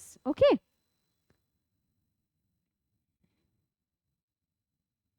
আচ্ছা, এরপরে দেখো, এরপরে হচ্ছে strategies of curriculum development. Curriculum ডেভেলপমেন্টের কতগুলো স্ট্র্যাটেজি আছে। কি রকম স্ট্র্যাটেজি, ফার্স্ট স্ট্র্যাটেজি, দেখো এখানে আমি একটা চার্ট মতো বানিয়েছি তোমাদের দেখতে ভালো লাগবে বলে, আর ওটা জাস্ট লেখাটা ছিল, এই লেখাটাই আমি চার্ট মতো বানিয়েছি, চলো আমরা চার্টে দেখি, ভালো লাগবে দেখতে সেই জন্য। আচ্ছা আচ্ছা, আমার কতগুলো স্টেজ আছে কিংবা কতগুলো স্ট্র্যাটেজি আছে to develop a curriculum. Obviously ধরো আমরা যখন বাড়িতে ধরো কেউ যখন কোনো ছবি আঁকে, ধরো কেউ যখন ওয়াটার কালার করছে, ঠিক আছে, তার কতগুলো স্টেজেস আছে নাকি? সেটা আমরা ভাবি না, তাই প্রথমে আমাদের চিন্তা করতে হচ্ছে যে আমরা কি আঁকবো, তাই তো? তারপরে সেটা আঁকলাম, তারপরে জল রং করব না অয়েল কালার করব সেটা চিন্তা করতে হচ্ছে। তাহলে সেটাকে ইমপ্লিমেন্ট করলাম, ধরো আমরা অয়েল কালার করলাম, ভেরি গুড। অয়েল কালার করবার পর কি হলো? অয়েল কালার করবার পর দেখলাম বাহ, ছবিটা বেশ সুন্দর লাগছে দেখতে, নিজেরই দেখতে অ্যাজ আ পেন্টার খুব ভালো লাগছে। তারপরে কি করব? এবার সেটাকে মাকে বা বাবাকে বলবো, মা এটাকে ল্যামিনেট করে দাও বা এটাকে বাঁধিয়ে দাও, আমি কাউকে গিফট করতে পারি বা আমি আমার বাড়িতেই সুন্দর করে সাজিয়ে রাখতে পারি। তো তাহলে বিষয়টা হচ্ছে যে আমি কতগুলো স্টেজ বা কতগুলো স্টেপস বা কতগুলো স্ট্র্যাটেজি মেনটেন করে কাজটা করলাম। তো এবার তোমাদের মনে হতে পারে, ম্যাম এখানে আবার কিসের স্ট্র্যাটেজি, মাথায় এলো এঁকে দিলাম, না কখনো না। Each and every work has a strategy. আমরা যাই করি না কেন সেটার প্রত্যেক কাজের, আমাদের প্রত্যেকটা কাজের আলাদা আলাদা কিছু স্ট্র্যাটেজি আছে, আলাদা আলাদা কিছু স্টেজ আছে, কিছু স্টেপস আছে, যা বলবে। তাহলে সেক্ষেত্রে কারিকুলাম সেট করা বা একটা এন্টায়ার পড়াশোনাটাকে একটা নির্দিষ্ট স্ট্রাকচার দেওয়া, ধরো ক্লাস 6-এ তোমাদের এই পড়তে হবে, বাংলা এটা পড়তে হবে, ইংরেজিতে এটা পড়তে হবে, জিওগ্রাফিতে এটা পড়তে হবে, ম্যাথস এটা। তাহলে এই যে স্ট্রাকচারটা তৈরি করা, সেটার কিছু স্টেজেস থাকবে অবভিয়াসলি। কেন আমি ক্লাস 6-এ ধরো শিলা, ভূগোলের শিলা, ক্লাস 6-এ কেন আমি শিলা পড়বো, শিলার প্রকারভেদ আমি কেন পড়বো, আমি ক্লাস 1-এ 2-তে কেন পড়বো না? কারণ ক্লাস 1 বা 2টা একেবারেই সেখানকার স্টুডেন্টরা ক্যাপাবল নয় যে শিলা বা what is rocks, what are the differences of the rocks and what are the types of the rocks, সেটা বোঝা ক্লাস 2 বা 3 এর বাচ্চার পক্ষে চট করে সম্ভব নয়। সেই ম্যাচিওরিটির লেভেলটা তার তখনও আসেনি। সেই জন্য সেখানে আমরা কি করছি, আমরা তাকে সেটা পড়াচ্ছি না।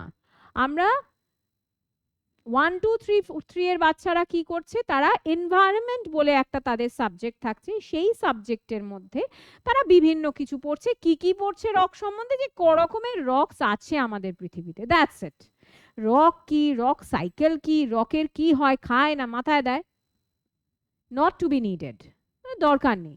তো এইটা হচ্ছে সিস্টেম, যে কি ভেবে একটা কিছু ভেবে তো গভর্নমেন্ট সিস্টেমটা তৈরি করলো যে হ্যাঁ ক্লাস 6-এ এটা পড়াতে হবে, ক্লাস 7-এ এটা পড়াতে হবে, ক্লাস 1-এ এটা পড়াতে হবে, এরকম এরকম। ক্লাস 5-এর বাচ্চাকে যদি এখন বলা হয় তুমি ট্রিগোনোমেট্রি করো, সম্ভব না, সে করতে পারবে না, তার সেই ম্যাচুরিটি লেভেলটাই আসেনি যে সে ট্রিগোনোমেট্রি ক্লাস 4 5-এ করে ফেলবে, হবে না। তো সেইভাবেই কিন্তু গভর্নমেন্ট কি করছে, চিন্তা ভাবনা করে কারিকুলামটাকে সেট করছে। তাহলে এবার এসো আমরা দেখে নিই যে কি কি আমার স্টেজেস থাকছে কারিকুলামকে সেট করার জন্য। প্রথম স্টেজ বলছে আইডেন্টিফাই দ্য নিডস। ডেফিনেটলি আমার যখন একটা কারিকুলাম যখন আমি সেট করছি, তখন আমাকে চিন্তা করতে হবে যে আমার কি নিডস আছে, আমাকে আমার রিকোয়ারমেন্ট অনুযায়ী কারিকুলাম সেট করতে হবে। অবভিয়াসলি কারিকুলামটা কতটা প্রয়োজনীয়তা আছে সেই স্টেজের বাচ্চার জন্য বা সেই ইনস্টিটিউশনের জন্য, সেই পিপলসদের জন্য, যে সেইটা আগে তাদের কতটা প্রয়োজনীয়তা আছে, কতটা তাদের চাহিদা আছে, ডিমান্ড কতটা আছে, ইকোনমিক্সের ভাষায় মার্কেট অ্যান্ড ডিমান্ড। তো সেইটা আমাদের কিন্তু মেনটেন করে চলতে হবে। তাহলে first thing is identify the needs. Second thing is build a curriculum development team. দেখো এখানে ছবিটা ওই জন্য টিমের মতো, অনেকগুলো লোক, মাস অফ পিপল।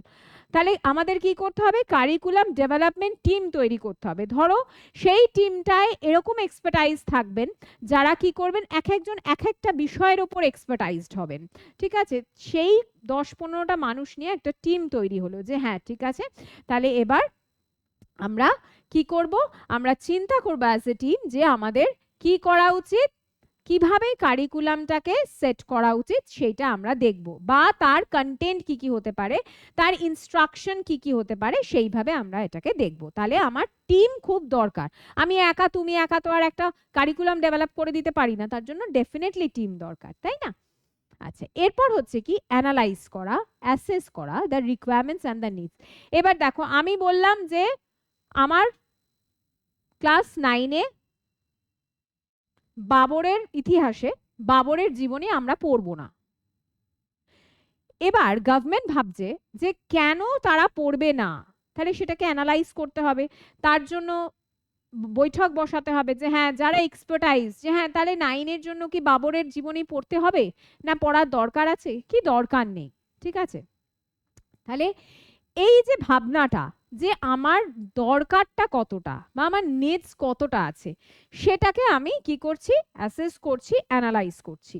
ঠিক আছে, তাহলে আমার অ্যাসেস হলো, অ্যানালাইজ হলো দ্য রিকোয়ারমেন্টস, চাহিদা বা আমরা যে আমাদের যে প্রয়োজনীয়তা সেটা কতটা অ্যাপ্লিকেবল সেটা দেখছি। এরপরে কি করছে দেখো, লিস্ট দ্য ইন্টেন্ডেড আউটকামস। এবার এই তিনটে থেকে যা আউটকাম বেরোলো সেটার আমরা লিস্ট করে নিচ্ছি যে তাহলে এইগুলো রিকোয়ারমেন্টস, এইভাবে স্ট্রাকচার্ড ওয়েতে আমাদের কি করতে হবে, কারিকুলামটা ডেভেলপ করতে হবে। তাহলে সেই লিস্টটা আমরা করছি। ওকে, তারপর কি করছি, শর্ট লিস্ট করছি আর সিলেক্ট করছি। এরপর আমরা শর্ট লিস্ট করছি। ধরো লিস্টে আমার 10টা এলো, এবার এই 10টার মধ্যে আরেকজন দেখলেন যে দরকার নেই, 5টা থাকলেই হবে, তাহলে আমার শর্ট লিস্ট হয়ে গেল। ঠিক আছে, দিয়ে আমরা কন্টেন্ট সিলেক্ট করে নিলাম যে এই কন্টেন্ট থাকবে এই সাবজেক্টে। ভালো কথা। এইবার লাস্টে আমরা কি করছি দেখো, ডেভেলপ দ্য টিচিং মেথডস। এবার আমরা টিচিং মেথডটাকে ডেভেলপ করব। ডেফিনেটলি কি টিচিং মেথড হতে পারে, অনলাইনের মাধ্যমে পড়ানো হবে কিনা, ফেস টু ফেস পড়ানো হবে কিনা, ব্লেন্ডেড লার্নিং হবে কিনা, ফ্লিপড ক্লাসরুম তৈরি করব কিনা, তো এরকম বিভিন্ন আরো যত রকমের ইনস্ট্রাকশনাল মেথড হবে কিনা, ল্যাবরেটরি বেসড মেথড হবে কিনা, তারপরে ধরো তোমাদের লেকচার মেথড হবে কিনা, যত আমাদের টিচিং মেথডস আছে, ইন্টারঅ্যাক্টিভ মেথডস হবে কিনা, ওয়ান ওয়ে মেথডস হবে কিনা।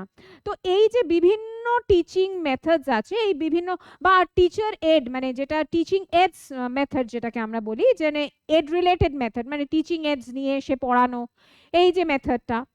তারপরে ধরো আরেকটা যেটা হচ্ছে ইনভলভমেন্ট মেথড, মানে স্টুডেন্টদেরকে ইনভলভ করে টিচিং প্রসেসটা। তো কি প্রসেসে টিচিং মেথডটাকে আরো বেশি ডেভেলপ করা যায়, আরো বেশি ফ্লারিশ করা যায়। So that should be the concern thing. তো সেইটা আমরা কারিকুলাম ডেভেলপ করবার সময় অবভিয়াসলি আমাদের সেটা মাথায় রেখে ডেভেলপ করতে হবে। and the last that is finalize, and এটা তোমরা দেখতে পাচ্ছ না বোধহয় এইটার জন্য, এই বারটার জন্য, finalize test and revise the curriculum. Definitely এই এত কিছু প্রসেস করবার পর আমাদের কি ভাবতে হবে যে আমরা লাস্ট অবধি এই স্ট্রাকচারটাকেই ফাইনালাইজ করলাম, ফাইনালাইজ করবার পর আরেকবার রিভাইজ করে নিলাম যে এই কারিকুলামটা তাহলে এদের জন্য একদম ফিট অ্যান্ড ফাইন। ঠিক আছে, এটা বোঝা গেছে? তাহলে এইটা হলো আমার স্ট্র্যাটেজিসটা কিন্তু একটু ভালো করে পড়ো। আমি তো এগুলো জাস্ট টপিক পয়েন্ট দিয়ে দিয়েছি, আমি তোমাদেরকে যখন নোটস প্রোভাইড করব সেখানে ডিটেলে একটু লেখা থাকবে, সেগুলো একটু পড়ো, আশা করি তোমাদের অসুবিধা হবে না। আচ্ছা, এবার দেখো কতগুলো ফ্যাক্টরস আছে।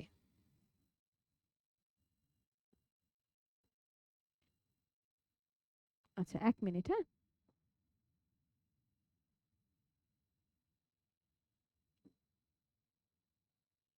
আচ্ছা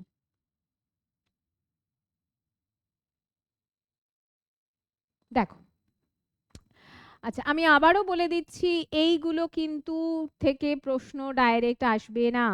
এখান থেকে কিন্তু অবভিয়াসলি ক্রিটিক্যাল থিঙ্কিং এর প্রশ্ন আসবে, বারবার বলছি।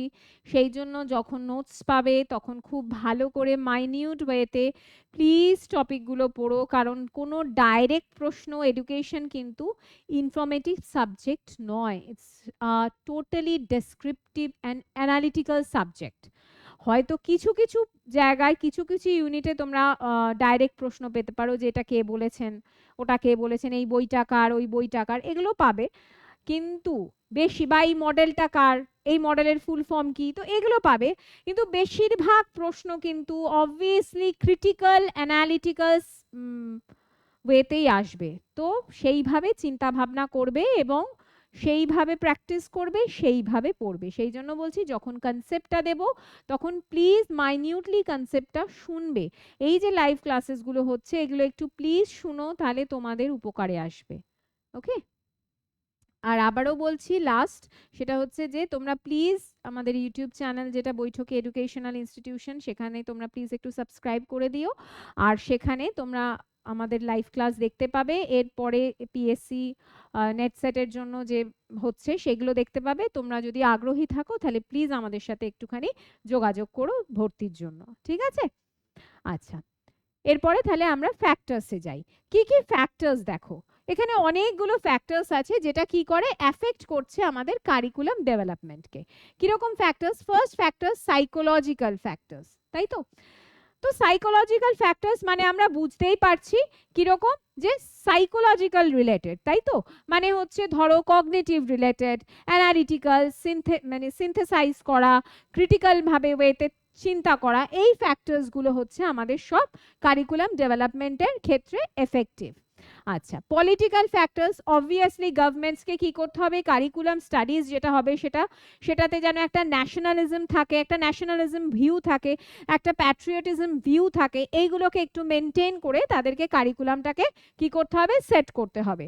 অবভিয়াসলি ফিলোসফিক্যাল ফ্যাক্টরস, মানে কিছুটা ধরো তার ফিলোসফি, মানে কি, যে রিয়েল লাইফ সিচুয়েশনের সাথে যেন একটা কোঅর্ডিনেট করে কারিকুলামটাকে কি করতে হবে, সেট করতে হবে।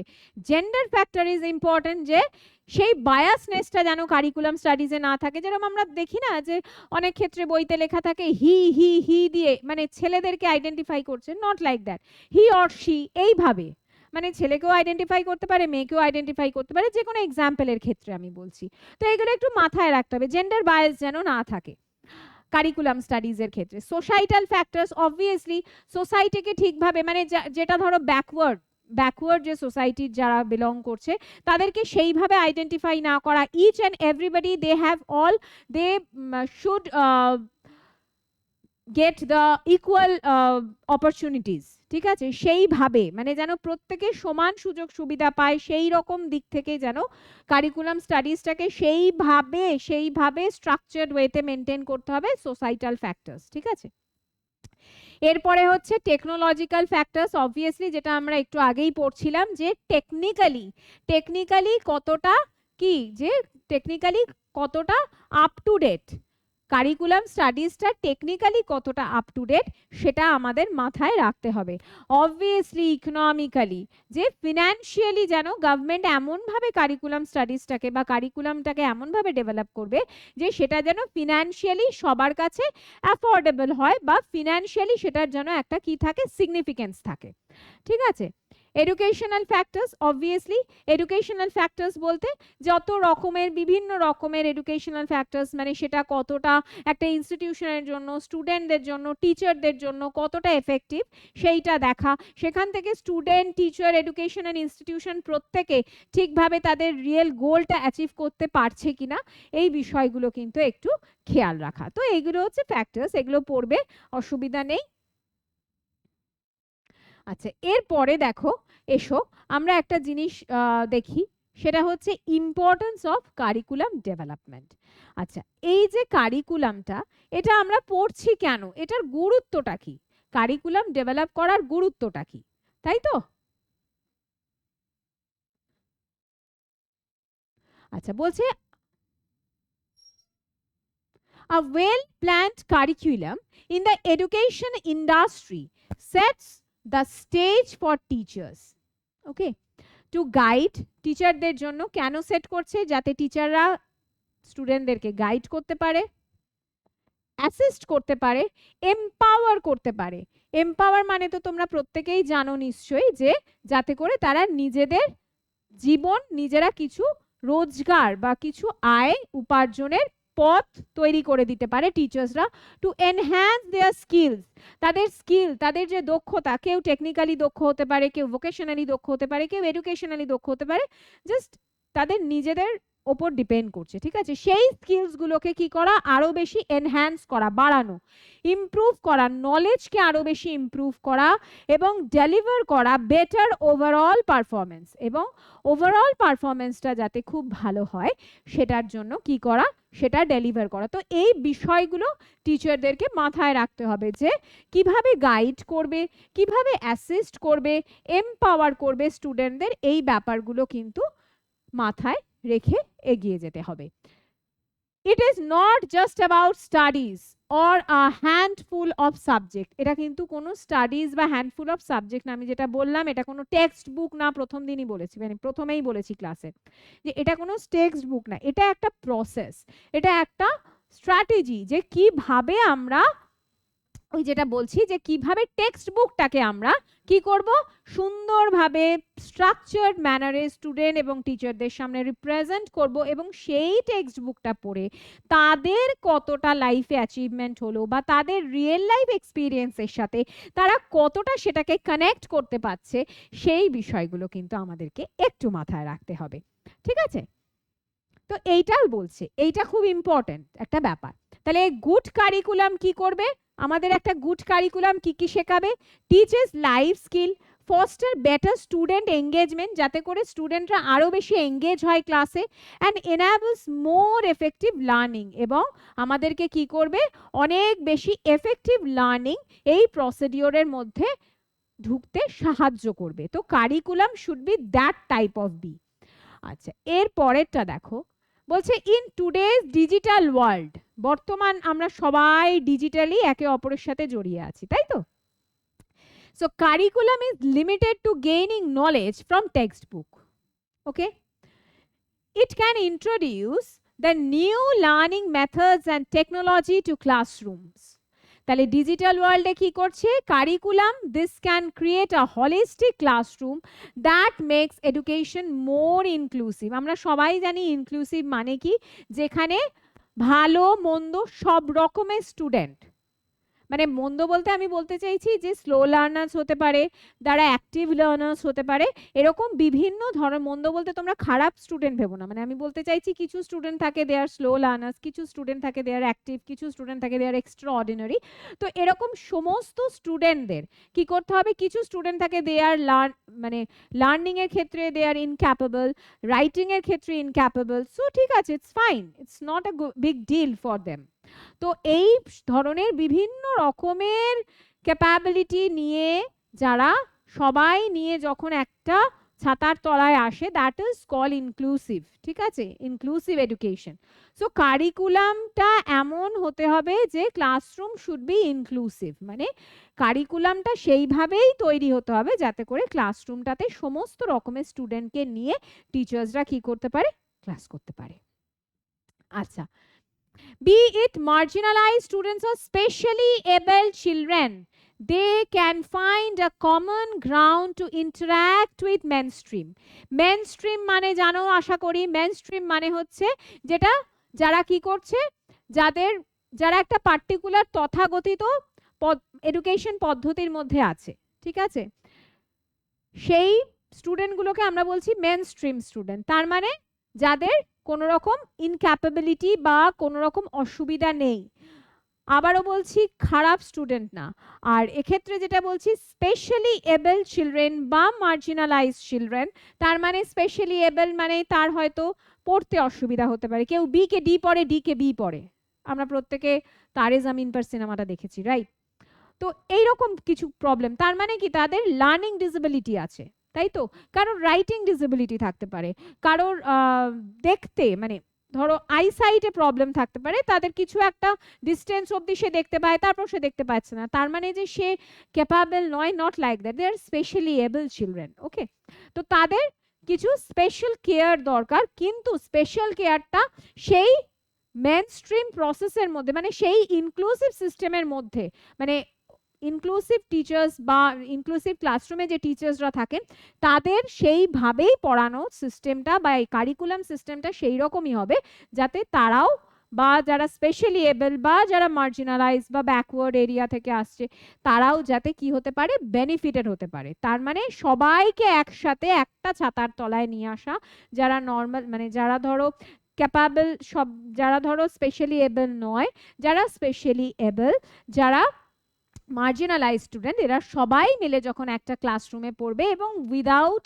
এনি বায়াসনেস, ঠিক আছে, তখন সেটাকে আমরা বলছি যেটা একটা পার্টিকুলার স্ট্রাকচার্ড কারিকুলাম সেট হলো। আচ্ছা, তারপরে কি, of course the importance of curriculum creation is not limited to student alone. Definitely শুধু স্টুডেন্ট তো বিষয় নয়, বলছে টিচার্স আরে আরে আরে দাঁড়াও দাঁড়াও এক minute. Teachers and educators also benefit from this definitely. Teachers দের কথা মাথায় রেখে তো সেই শুধু স্টুডেন্টদের কথা মাথায় রাখলে তো হবে না, টিচার্সদের কথা মাথায় রেখেও কারিকুলাম সেট করতে হবে। Teachers will find it easier to organize the syllabus and lesson plans. They can structure the lessons and topics in the right order to promote better understanding. They can actively use new technology to create interactive classrooms and encourage immersive learning through the AR and VR devices. AR and VR devices, artificial reality, augmented AR and VR device, ওটা তো অন্য, sorry audio video যেটাকে আমরা বলি, sorry ওটাও AI এর গ্রুপে, digital learning এর গ্রুপে, ওটা ভুল করে বলে ফেলেছি। AR and VR devices, 3D models, obviously আমরা প্রত্যেকে জানি এখন অ্যানিমেটেড প্রচুর মডেলস আছে, প্রচুর অ্যানিমেটেড ভিডিওস আছে, সেইগুলোর মাধ্যমেও টিচার্সরা কি করতে পারে, বিভিন্ন রকমের টপিক তারা রিপ্রেজেন্ট করতে পারে ক্লাসে। আচ্ছা,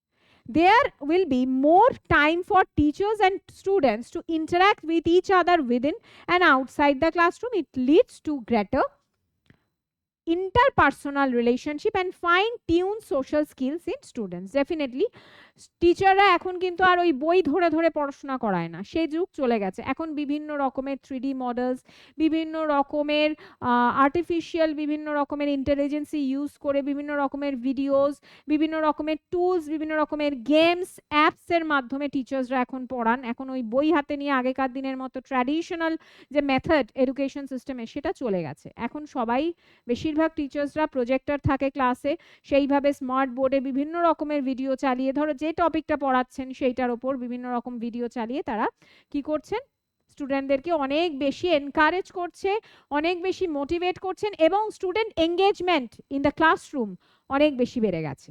ঠিক আছে, আচ্ছা এরপরে এসো আমরা যেটা দেখব সেটা হচ্ছে ফাউন্ডেশন অফ কারিকুলাম প্ল্যানিং। আচ্ছা, এগুলো হচ্ছে কিছু বেসিস, ফাউন্ডেশন মানে কিছু আমার ভিত্তি যেটাকে আমরা বলি, তাই তো? আচ্ছা, তো এই ভিত্তিটার মধ্যে প্রথম ভিত্তি যেটাকে আমরা বলছি ফিলোসফিক্যাল বেসিস। এবার এই ফিলোসফিক্যাল বেসিসের মধ্যে আমার কতগুলো জিনিস, যেমন idealism, realism, pragmatism, naturalism, existentialism. তো তোমরা যারা এডুকেশনের স্টুডেন্ট প্রত্যেকেই এই টার্মসগুলো সম্বন্ধে প্রচণ্ড ভালোভাবেই পরিচিত। আমার মনে হয় না এই টার্মসগুলো নিয়ে অ্যাজ সাচ কোনো প্রবলেম হবে তোমাদের। তাও আমি একটু একটু জাস্ট বলে দিই, আমার কাজ বলা, আমার দায়িত্ব তোমাদেরকে একটু গাইড করা, আমি জাস্ট একটু গাইড করে দিচ্ছি। সেটা হচ্ছে আইডিয়ালিজম। তো আমরা জানি আমাদের প্রত্যেকের লাইফের যে আইডিয়ালিজম মানে প্রত্যেকের লাইফের যে ভ্যালুস, আমাদের যে মোরালিটি বা ভ্যালুস যেটা বলবে, সেইটাকে মেনটেন করে কারিকুলামটাকে প্রসেসড করা। এবার এক্ষেত্রে তোমরা আর্টস, সায়েন্স এইগুলো আইডিয়ালিজমের আন্ডারে ফেলতেই পারো। দ্বিতীয় হচ্ছে রিয়ালিজম, যা কিছু রিয়েল মানে যেটা রিয়ালিটি আছে, যেটার কোনো রকম ফ্যান্টাসি নেই, যেটার কোনো রকম কি বলবো কল্পনা নয়, যেটা রিয়েলি যেটা এক্সিস্ট করছে। তো সেই ধরনের বিষয় নিয়ে আমরা কি করছি, এগিয়ে যাচ্ছে কারিকুলাম। যেমন science, physics, chemistry, biology, geography, তো এইগুলো রিয়েলি এগুলো এক্সিস্ট করছে, তাই তো? প্র্যাগম্যাটিজম মানে হচ্ছে আমার রিয়েল লাইফ এক্সপিরিয়েন্স, আমাদের রিয়েল লাইফের এক্সপিরিয়েন্স যেটা, সেইটার ওপর ডিপেন্ড করে যখন কারিকুলামটাকে আমরা প্রসেসড করছি। ঠিক আছে। ন্যাচারালিজম, নেচার রিলেটেড, নেচারের সাথে যার সম্পর্ক আছে সেইভাবে সেই কনসেপ্টটাকে মাথায় রেখে সেই পারসেপশনটার উপর নির্ভর করে আমরা কি করছি, কারিকুলামকে সেট করছি। The last thing that is existentialism, মানে যা কিছু এক্সিস্ট করছে রিয়েল লাইফে, যা কিছু এক্সিস্ট করছে সেইগুলোকে মেনটেন করে সেগুলো মাথায় রেখে আমরা কারিকুলামটাকে কি করছি, সেট করছি। আচ্ছা, নেক্সট হচ্ছে সোশিওলজিক্যাল বেসিস। অবভিয়াসলি সোসাইটি সোসাইটির ওপর বেস করে আমাদেরকে কি করতে হবে, গভর্নমেন্টকে কারিকুলাম সেট করতে হবে। সেই কারিকুলামটা কি হবে, ডেফিনেটলি এমন কারিকুলাম হবে না যেটাতে ব্যাকওয়ার্ড বা যারা মার্জিনালাইজ গ্রুপ অফ পিপল আছে বা যারা কি অ্যাডভান্স গ্রুপ অফ পিপল আছে তাদের মধ্যে কোনো রকম লিঙ্কড আপ যদি না হয়, তাহলে একটা কারিকুলাম সেট হলো কি করে, বা সেই কারিকুলামটাকে আমরা গুড কারিকুলাম বা এফেক্টিভ কারিকুলাম কখনোই বলতে পারি না। তো সেক্ষেত্রে আমাদের সোসাইটির কথা মেনটেন করে বা তাদের কথা মাথায় রেখে সোসাইটির পুরো স্ট্র্যাটেজি বা হায়ারার্কিক্যাল অর্ডার মেনটেন করেই কিন্তু আমাদের কি করতে হবে, গভর্নমেন্টকে কারিকুলাম ডেভেলপ করতে হবে। And the last thing that is psychological base. Obviously প্রত্যেকটা স্টুডেন্ট, আমি যেটা বললাম, একটা ক্লাসে যদি 40টা স্টুডেন্ট থাকে তাহলে 40 রকমের তাদের সাইকোলজিক্যাল ইস্যুস থাকবে, সাইকোলজিক্যাল প্রবলেম থাকবে, সাইকোলজিক্যাল আপ ডাউনস থাকবে, তাই তো? তো সেই প্রত্যেকটা 40 রকমের সাইকোলজিক্যাল আপ ডাউন মেনটেন করে তো আর গভর্নমেন্টের পক্ষে সম্ভব না একটা কারিকুলাম সেট করা, সেটা কখনোই সম্ভব না। তো সেক্ষেত্রে সবসময় মেনটেন করতে হবে যে একটা পার্টিকুলার যেন একটা ডেটাম লাইন থাকে, তাই না? একটা পার্টিকুলার লাইন থাকবে যে লাইনের মধ্যে এই ধরনের মানে যাতে করে স্টুডেন্টদের মোটিভেশনাল স্কিলটাকে বাড়ানো যায়, এমন কারিকুলাম সেট করতে হবে যাতে করে স্টুডেন্টদের অ্যানালিটিক্যাল স্কিলটাকে বাড়ানো যায়, তাদের কি বলবো সিনথেসাইজ করবার যে স্কিল সেটা বাড়ানো যায়, ঠিক আছে? ক্রিটিক্যাল থিঙ্কিং, বিভিন্ন রকমের কগনিটিভ থিঙ্কিং স্কিলটাকে যাতে করে কি করা যায় আরো খুব ভালো করে অ্যাচিভ করা যায়। তো সেই দিকটা খেয়াল রেখে কিন্তু কি করতে হবে, গভর্নমেন্টকে তোমার কারিকুলামকে সেট করতে হবে। আচ্ছা,